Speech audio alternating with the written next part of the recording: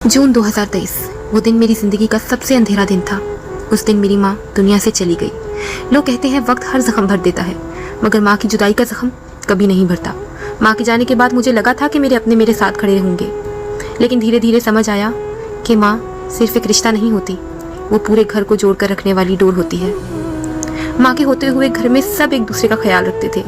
भाई प्यार से बात करता था, बाप हर परेशानी में साथ देता था। लेकिन माँ के जाने के बाद सब कुछ बदल गया।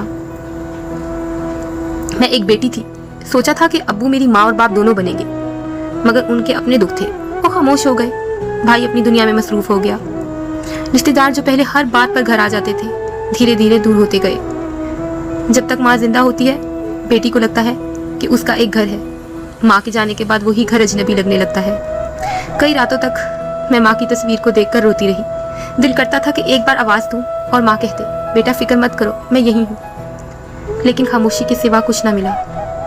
उस दिन मुझे समझ आई कि माँ सिर्फ जन्म देने वाली नहीं होती, माँ सुकून होती है, माँ मोहब्बत होती है, माँ वो साया होती है जिसके होते हुए धूप महसूस नहीं होती। आज भी लोग मेरे आसपास हैं, अब्बू भी हैं, भाई भी हैं, रिश्तेदार भी हैं, मगर माँ नहीं है। और सच तो ये है कि माँ के बाद रिश्तों की शक्लें वही रहती हैं, लेकिन उनके रंग बदल जाते हैं। मैं आज भी जी रही हूँ, मुस्कुरा भी लेती हूँ, मगर मेरे अंदर एक छोटी सी लड़की रोज अपनी माँ को ढूंढती है और शायद जिंदगी भर ढूंढती रहेगी। माँ के जाने के बाद मुझे एहसास हुआ, कुछ लोग साथ होते हुए भी साथ नहीं होते, मगर माँ दूर होकर भी हमेशा दिल में रहती है।